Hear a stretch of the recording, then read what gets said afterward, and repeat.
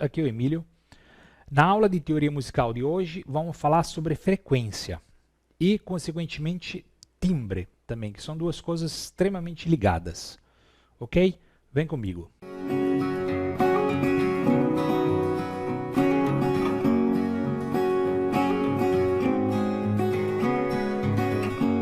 Todo corpo minimamente elástico, quando percutido ou solicitado de alguma maneira, produz vibrações que se propagam pelo ar e chegam diretamente ao nosso ouvido. E o nosso cérebro processa, como por exemplo o som de um sino ali, né? O alto-falante, mesma coisa, ele produz vibrações que são propagadas pelo ar, se propagam pelas moléculas do ar, chegam até os nossos ouvidos, entram pelo duto auditivo e batem no tímpano, que é essa coisinha azul que está marcada aqui.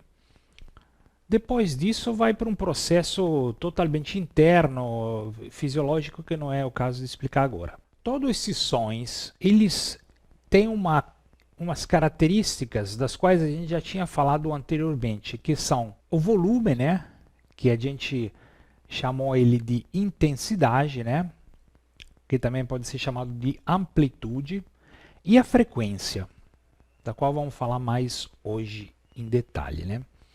O que é a frequência? É exatamente a altura do som. Mas não a altura, não vamos confundir, nunca vamos confundir, gente, a altura do som com a altura do volume, tá? Aquilo ali é amplitude ou intensidade, tá? Aquela nota que a gente viu, que era mais alta, mais aguda, e a altura mais grave e mais baixa, que a gente já viu. Tá vendo? Notas mais altas, notas mais baixas ou mais graves, tá bom?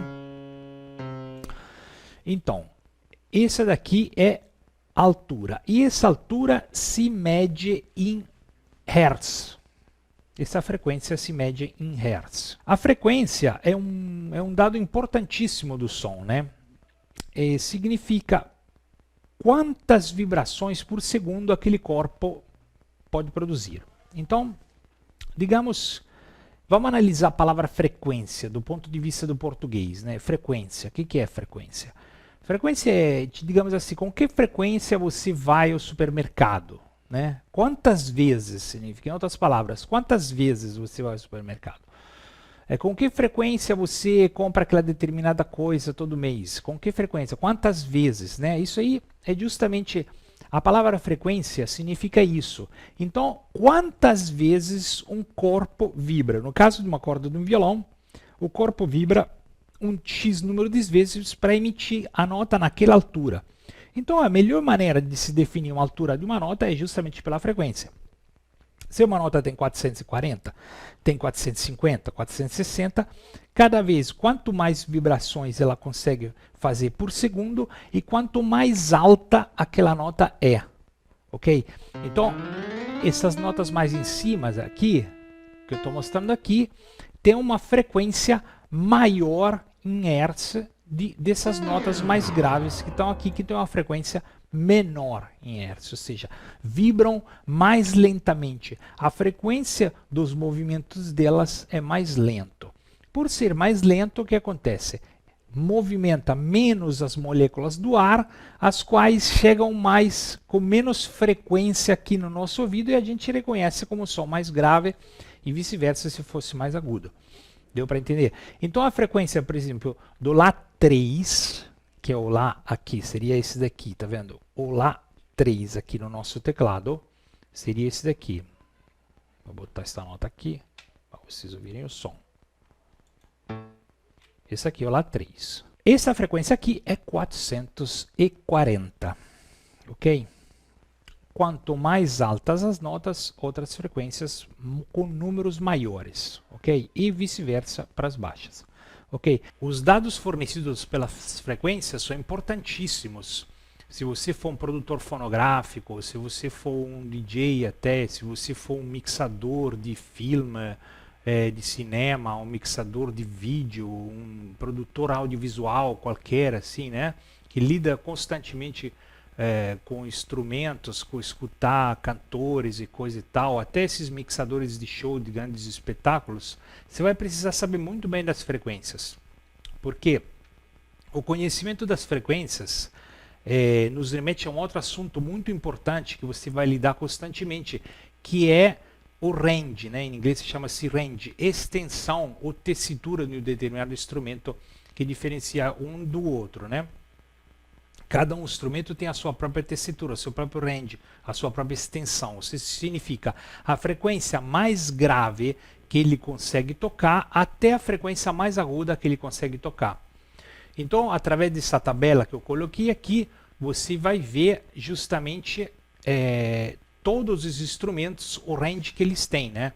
Isso é uma tabela que você tinha que internalizar ou xerocar e plastificar, andar com ela direto, porque você, produtor musical, você precisa disso o tempo todo, entendeu? Na hora de mixar ou fazer uma produção musical, um show, uma coisa aqui, você tem que saber exatamente qual é a tessitura vocal daquela mulher, qual é a tessitura daquele saxofone, daquela flauta, o bumbo da bateria, onde fica colocado, para que não haja sobreposição de frequência, cancelamentos, né, de frequências. Aí você aumenta a qualidade do instrumento, que o instrumento não aparece, né? Por quê? Porque houve um cancelamento. Então, lá para frente a gente vai explicar melhor esses conceitos, mas assim, essa extensão do instrumento, vocês precisam saber. E extensão nada mais é do que a frequência mais baixa ou mais grave que o instrumento consegue fazer, até a frequência mais aguda ou mais alta que ele consegue emitir, né? Essa parte amarela aqui são os harmônicos, né? Que nos leva a um outro conceito. Em cada som que eu percuto, digamos assim, uma corda, uma percussão, uma palheta de sax que eu faço vibrar, né? Junto com aquele som principal, ressoam tantas outras notas juntas com eles, chamados harmônicos. Isso é muito importante, porque isso é que realmente diferencia um instrumento do outro. No final, porque dá a característica principal do timbre do instrumento, né? Vamos ver esses harmônicos, por exemplo, aqui nesse vídeo aqui, vou mostrar como é que uma corda de violão vibra de uma forma bastante irregular. Essa forma aqui são a produção dos harmônicos, bem representada assim, visualmente, né? Ela não tem um movimento assim, regular, assim, né? Ela faz várias nuances, que são justamente essas nuances que produzem os harmônicos da corda. A importância desses harmônicos é diretamente relacionada ao timbre do instrumento, né? Porque cada instrumento tem uma caixa de ressonância diferente. Por exemplo, na voz humana, que não deixa de ser um instrumento, né? O som fundamental, o som principal, vem da vibração das cordas vocais, né? Mas quando ele sai para fora, ele passa pela boca, né? E cada um de nós tem um tamanho de boca diferente, tem um céu da boca diferente, tem uns seios faciais onde ainda passam algumas vibrações dos harmônicos aqui dentro.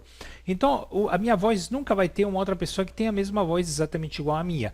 Esse é um caso eclatante. Mas nos instrumentos é a mesma coisa, entendeu? Um saxofone nunca vai tocar igual a um violão, porque ele tem uma caixa harmônica de ressonância totalmente diferente, a qual enaltece determinados harmônicos em detrimento de outros, né? E aí esse balanço de harmônicos misturados com som fundamental, evidente que é o som principal, o som mais forte de todos, faz a diferença do timbre de um instrumento para outro. Um fato importante a se entender aqui é uma coisa que também muitas pessoas fazem confusão, né? É uma regra, tá? O timbre não altera a frequência, tá? Você pode ter o timbre que for, mas a frequência é sempre a mesma. Ou seja, um dó que você escuta tocado de um piano é o mesmo dó que você escuta cantado por uma voz masculina, por exemplo, ou uma voz feminina, entendeu? É a mesma nota, entendeu?